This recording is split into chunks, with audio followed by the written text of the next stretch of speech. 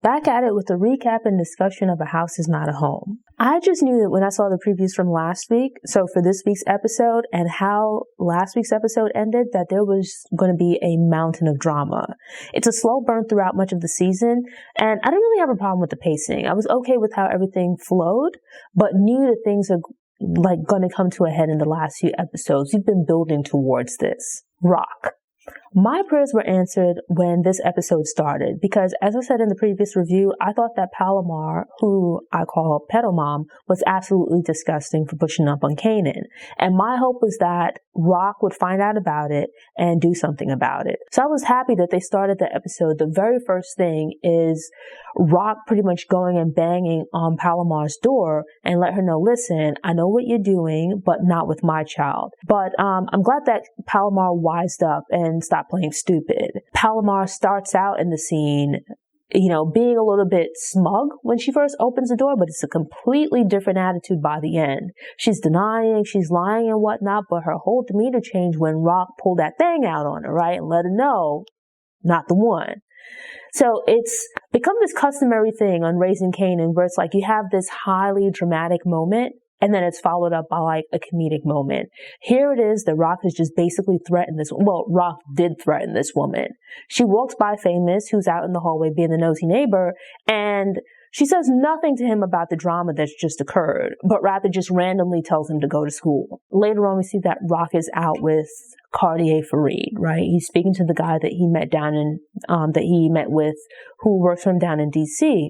And it turns out that the guy that Tremont works with has gotten arrested. They're reaching out to Cartier, trying to see if he can get his lawyer to help, to intervene in some kind of way and make the situation go away. It's like Cartier might be a good hustler, like as far as a business person, but he has poor people skills. He doesn't realize that RAQ has appealed to his worker, right? He decides to pull rank at this point and use this as an opportunity to remind the guys of their position by telling him that, his boy's going to have to cool his heels because he's not doing anything about it right now. So while this is going on, RAQ is there ear hustling. She's eating caviar, but also eating up Cartier's words.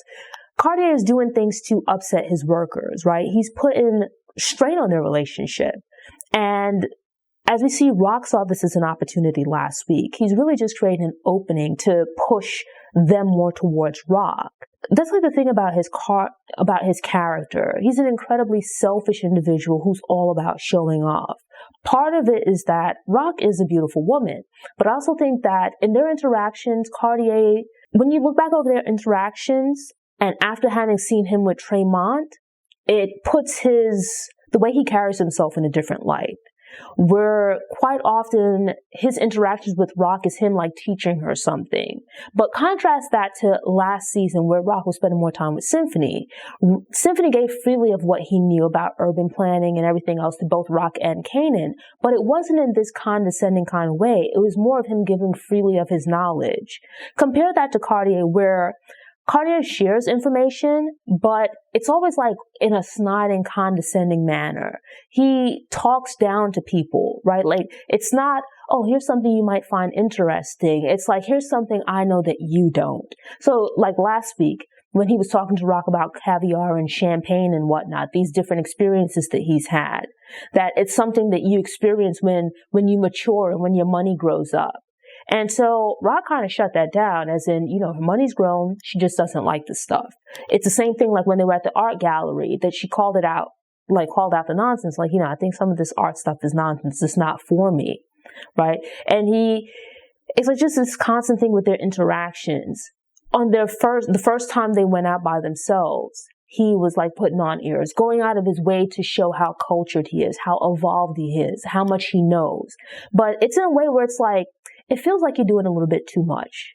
It's like so over the top where it's like an insecurity kind of thing. And RAQ called him out on it. Like, listen, I know you're from Fort Greene. I spent part of my childhood in Fort Greene, and it's not a rich part of New York. At least it wasn't when I was growing up there.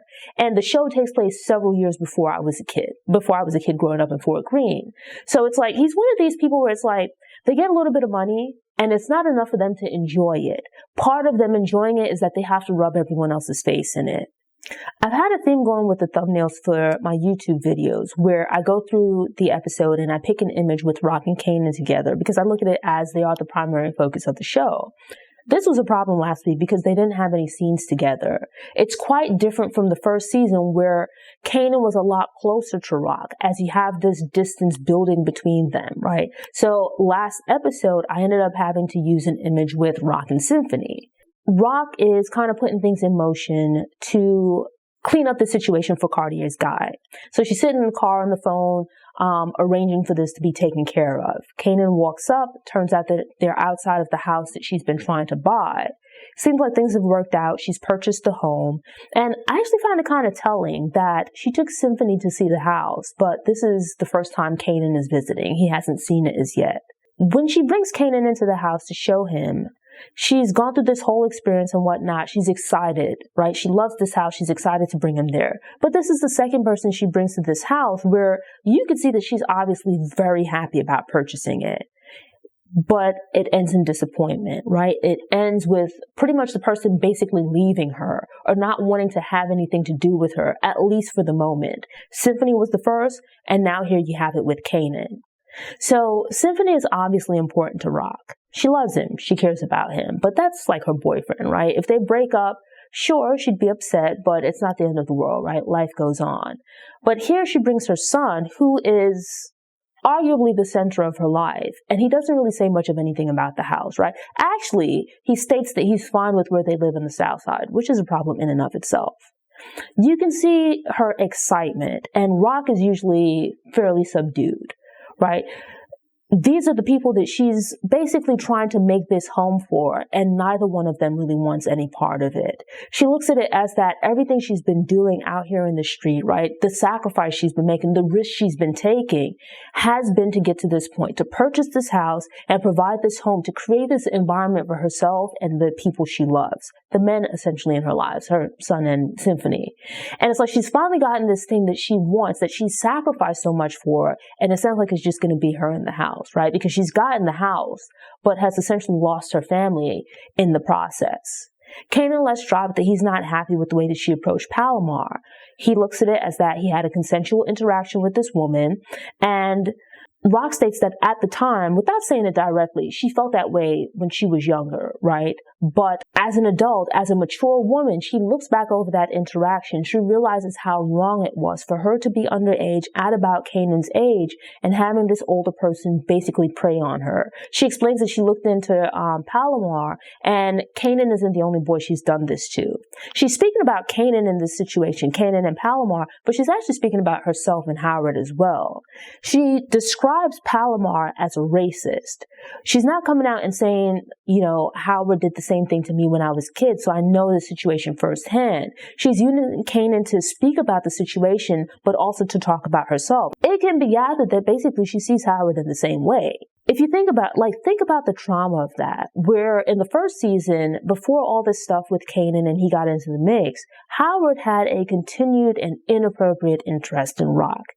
Beyond him investigating her, he just felt too into her business, right? Imagine how that would feel, knowing what you experienced with this person when you were young and the way that you view them now as an adult. And here it is that this person is still interjecting themselves into your life.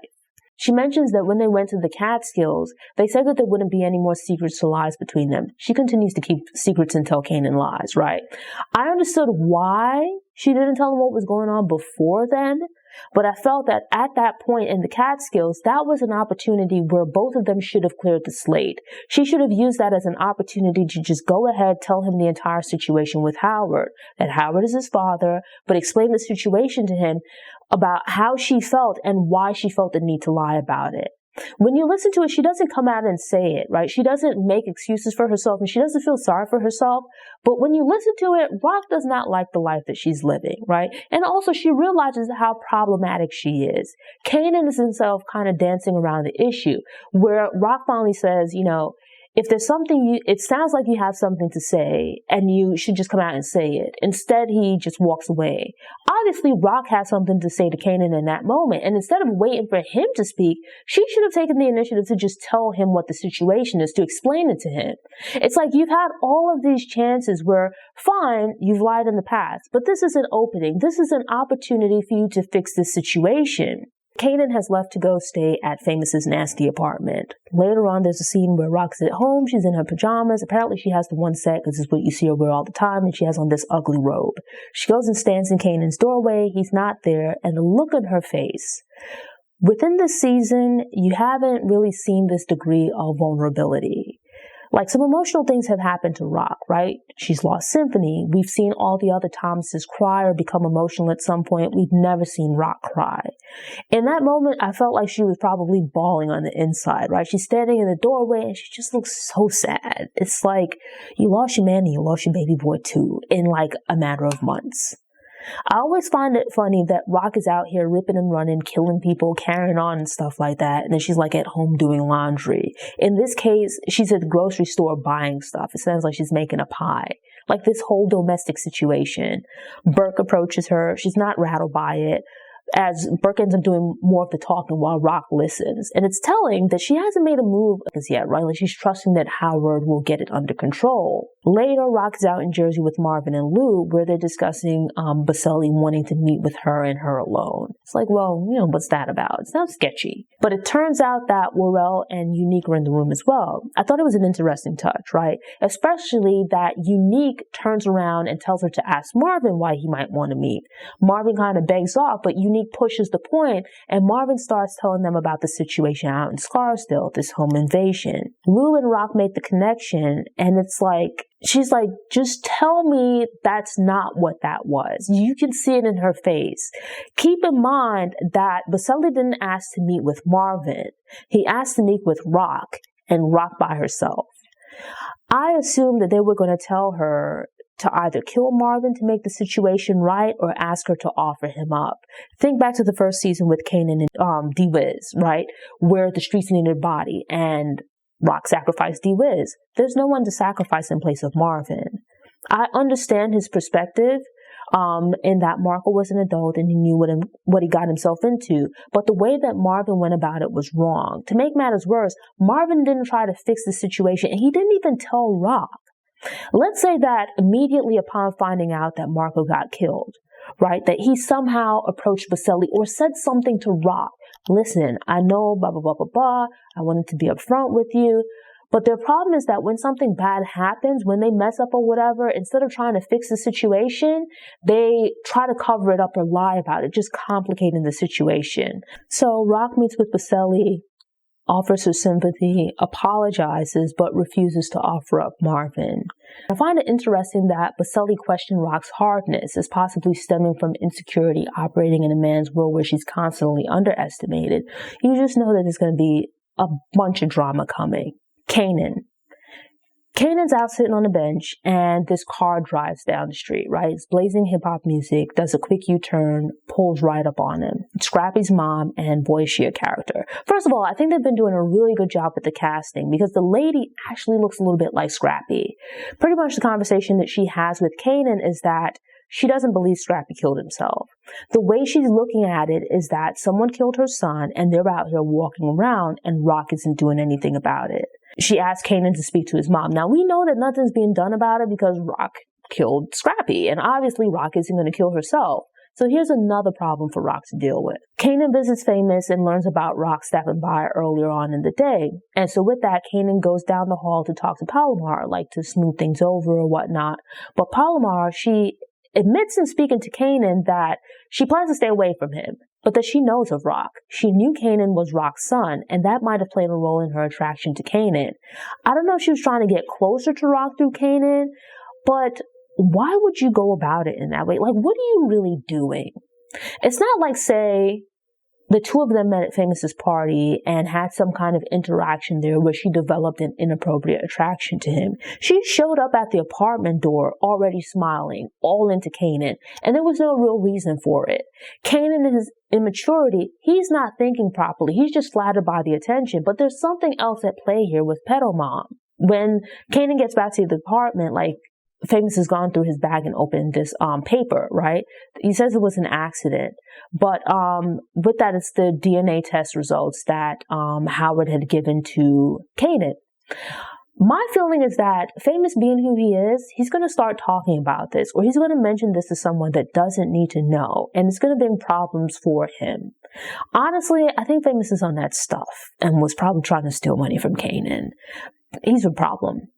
Kanan told RAQ that he's upset with her. You know, he's going to go stay with Famous for a bit. But when he stopped by, this is later on, after meeting up with RAQ, Famous isn't there, so he goes to Howard's to stay there for a while. I feel like Howard, in a sense, whether consciously or subconsciously, he's driving a wedge between Kanan and RAQ. Interesting to see how that goes on. Jukebox and Kanan, they speak later on, the next day actually, as Kanan has gone back to the house to pack some things while RAQ is at home. He's planning to stay at Famous's for a while. It doesn't sound like he intends for it to be a permanent thing, but rather like he needs to get away to clear his head, which is pretty much what he told RAQ the day before. And Jukebox states that she doesn't think that's the right environment for him because Famous is pretty much living like a crackhead. That's a term that she uses, which I find really telling. I don't see it being far-fetched for Famous to end up using like heavier drugs. Jukebox tells him to make sure he packs some extra underwear because he's going to need them because he doesn't know how to do laundry. RAQ doesn't look like any of her clothes are able to be washed in a washing machine. Like her stuff is dry clean only. You see her constantly doing laundry. She lives in a house with 2 teenagers, but she's constantly doing laundry. She cooks and whatnot. Kanan does some stuff, but for the most part, she's still taking care of him, right? She cooks for him, cleans up behind him and whatnot. He's not really at the point of fully taking care of himself. Well, Jukebox tells him that, you know, RAQ loves him. She cares about him. But during the conversation, he mentions that his mom loves him, yes, but she's manipulative at the same time. She uses that love to do things or to excuse her actions that are sometimes wrong. Which I think that's accurate. You see this in her, like she's highly dysfunctional, right? In the way that she deals with other people. She cares about people, obviously, like she's committed to her family. In the name of that love, or under the guise of that love, she does things to them that are hurtful, or she lies to them, manipulates them and whatnot, and feels like because she loves them that her actions are excusable. If you think back to that scene last season where, you know, after her and Symphony were done with their session and they were talking afterwards when she apologized to him for, you know, kind of blowing up on him about Kanan and stuff like that and explaining to him kind of this vision that she wanted for life, right? Of the 2 of them being together, that she wants more kids and this kind of stuff. Eventually she wants to leave the business. And she's kind of laying the groundwork to get to that point. But in the process of getting there, she's having to do some not so nice things, right? This person that she is right now is not really who she wants to be. She realizes that it's problematic, but in the future, when she leaves this life behind, you know, she'll be able to put this person, this version of herself behind her. And as we see in her dealings with Kanan, with them being at the house, and as he kind of points out, that the vision that she has might be good, but the steps she's taking there along the way are not excused by what she hopes to achieve and accomplish at the end. The lies that she's told Kanan. Now, granted, to a degree, I understand them. I think the issue more so there is that she hasn't fully spoken to him or explained her rationale, and that tends to be the problem a lot of times, that she doesn't explain herself.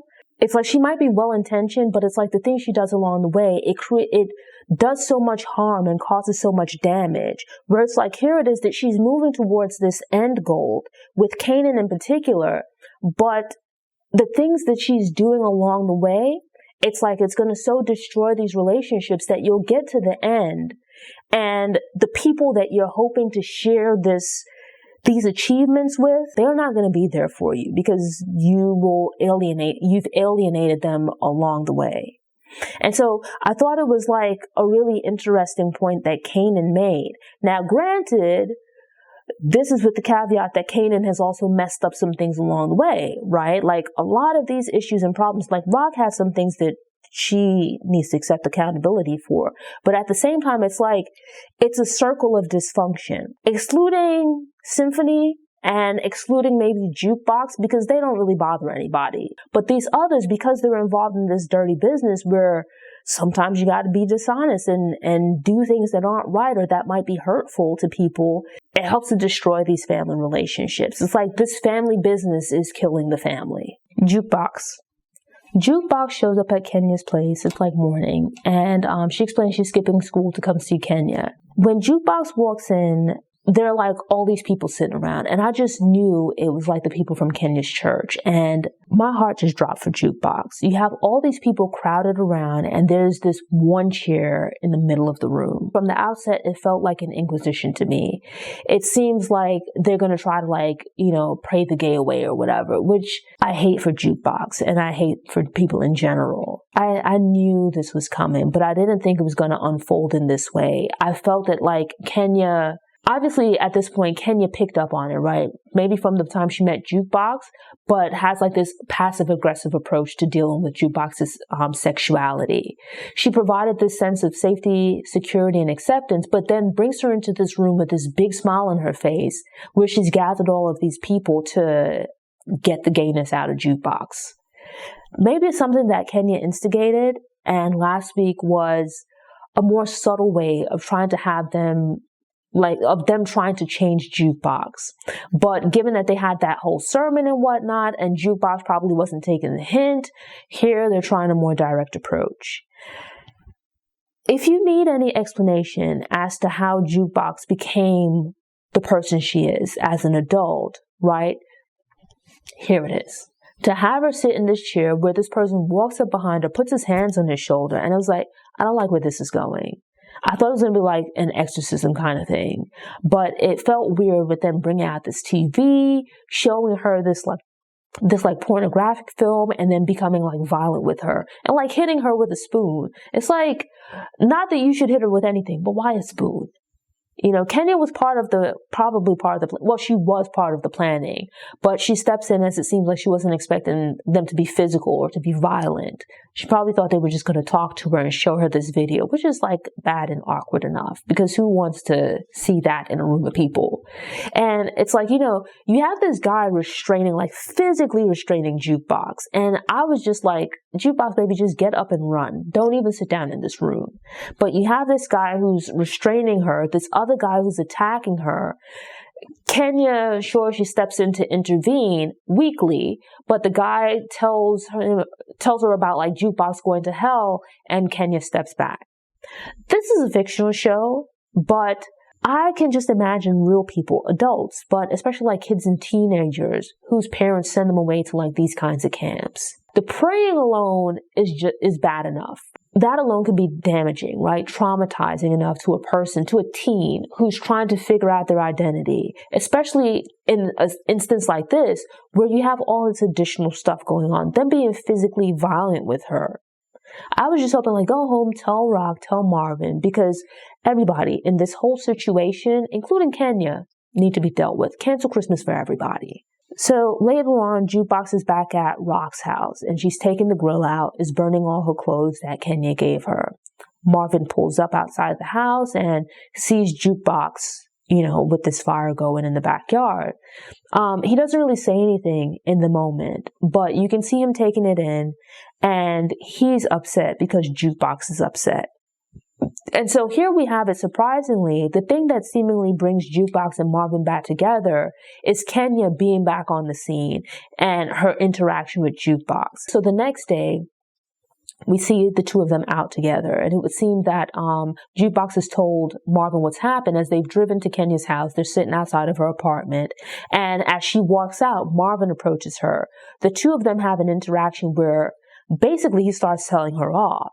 Kenya's like, well, she's my daughter, she's out here sinning, blah, blah, blah, blah, blah. Marvin isn't a paragon of virtue. Kenya isn't as well. And the reality is that none of them really have any place, position, or moral authority to be sitting in judgment of Jukebox. Jukebox has been fine without Kenya in her life, right? She's been gone. She's been firmly in Camp Thomas. And her mom came around. She tried to reach out, build a relationship with her, make every effort possible to build and establish that relationship. And basically she was rejected by her, and passive aggressively so. Here it is, you have like this final break where Jukebox just cuts ties. And I find it telling that Marvin is there in the background. He's the one that takes her there to Kenya, and he's the one that takes her away from Kenya. There's been some distance between them for quite some time. Even before like what went down at the end of last season, there was some distance. It can be argued, and I think it's valid, that he was neglectful and whatnot, but this is the thing that brings them together. Marvin drives her back to RAQ's house, and they're sitting outside, and in dropping her off, he tries to use this as an opportunity to talk to her about the situation with Kenya. And I actually found it really telling that Jukebox always calls him Marvin, but when she gets out of the car to kind of calm down the situation between Kenya and Marvin, she calls him Dad. Marvin attempts to broach the topic, right? He states that he knows that they have stuff that they need to work out amongst themselves about what happened last season. And, she states like, it's a little bit too much. Too much has happened that day and the day before. It's just not the right time. He states he understands, but he just wants to put it out there that he hopes that they'll continue talking, that they'll take the time to work things out. But he states that in this moment, it's enough to him. It means a lot to him that she called him Dad. It sounds like she hasn't for quite some time. It's actually one of the most civilized interactions they've had. You can see him making amends. He's making attempts to fix things, and they both say that they're going to talk later. Marvin takes the time. He starts going into stuff that he's learned from his anger management class about words mattering, and that it's important that he takes the time to properly express himself. So it's not to offend her, but also so that she knows how he feels and what he's thinking. Jukebox smiles to herself, because it's like, who would expect this from Marvin of all people? But in seeing their interaction, I saw that, and immediately I was like, especially knowing what was going on with the Italians, I said to myself, you know what? I feel like Marvin is going to die. It's going to be like another thing that's going to harden Jukebox. Here, when it seems like she's finally rebuilding this relationship with her father, right? They have this parting without fully working things out between themselves. He drives off after telling her that he's going to see her later. And I just felt like Marvin's days are numbered. Marvin, why would you put yourself in such a position? It's like you were doing so well this season. It seemed like you turned a new leaf. You're making smarter decisions. And here it is, huge disappointment. It's like Marvin goes out of his way to create new problems for himself. Even if things had gone differently, the potential blowback from killing Tony was not worth it. Marvin has self-destructive tendencies where it's like, he does things to mess up situations for himself, where it's like he's one of these people where when things are going right for him, it's uncomfortable. It's like he's more comfortable in dysfunction. When things aren't going right, he is going to go out of his way to create situations to make things bad for himself, to make things difficult for himself.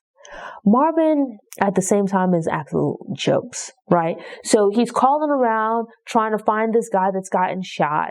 This whole thing of him calling, it sounds like hospitals, trying to find out if they have an Italian gunshot victim. How are you calling somewhere looking for someone, but you can't tell them the person's name due to confidentiality concerns? After seeing Jukebox and emotions are heightened and whatnot, it's like you needed that moment to just release that pressure. And the scene with Marvin was just perfect. Like he balances the show. Later, we see him with the anger management lady. There's been some good developments with Jukebox, and he wants to share them with her. Like the two Italian guys step out of the alley, they call Marvin's name, and when him and the lady turn around, they just open fire. Now, this looks a little bit sloppy because they didn't take the time to walk up on Marvin and to make sure that even after they shot him, that they specifically shot him and not just that they killed him. How are you guaranteeing that Marvin is dead? They could have just as well shot and killed a woman. Lou looks like he gets up and puts on the same set of clothes. In more pressing news, a few episodes back, him and Crown visited a DJ to get Zisa's song played, right? It was where they were paying him money in hopes of him playing the song on the radio. Time has gone by, and now probably because Crown isn't in the loop because he's dead, the song still hasn't been getting any play on the radio. I understand his frustrations with Crown, but it's seeming more and more like Lou jumped the gun and killed him, like creating a world of problems for himself. To RAQ and them, he's claiming that he doesn't want to be a part of that world. But within the record industry, we see that this is very much how he's still operating. It's like he's not adapting to this new environment. I don't like Zisa, and I find her annoying. I don't like the character, nothing against the actress. Most people, if you're with someone, they pull a gun on someone else, you might tell them like, man, like chill out or whatever. But the moment Lou pulls the gun out on the radio guy, for whatever reason, she starts laughing. It just seems like she enjoys this stuff. She seems very off. Lou and Marvin seem like they like problematic women. Later on, we see that police officers, turns out that it's actually Crown's body that they're pulling out of the water. Pretty much, I think Lou might be looking at a case in his future. Keep in mind, when anyone asked Lou about him, he was telling them that Crown was on vacation. Howard, he went to Nicole's dad last episode. He was planting the seeds of Burke being inappropriate with teenage girls. It's actually ironic, the story that Howard comes up with, because that's pretty much the situation between him and RAQ. It gives him an out if Burke ever tries to tell the higher-ups, about his inappropriate relationship with RAQ, because it'll sound like she's trying to just get attention off of herself. Thanks for tuning in. To ensure you don't miss any episodes, subscribe to the channel, click the notification bell, and check out my Rolling with RAQ playlist. Go ahead and click that thumbs up button if you like what you saw, and go ahead and share it on social media.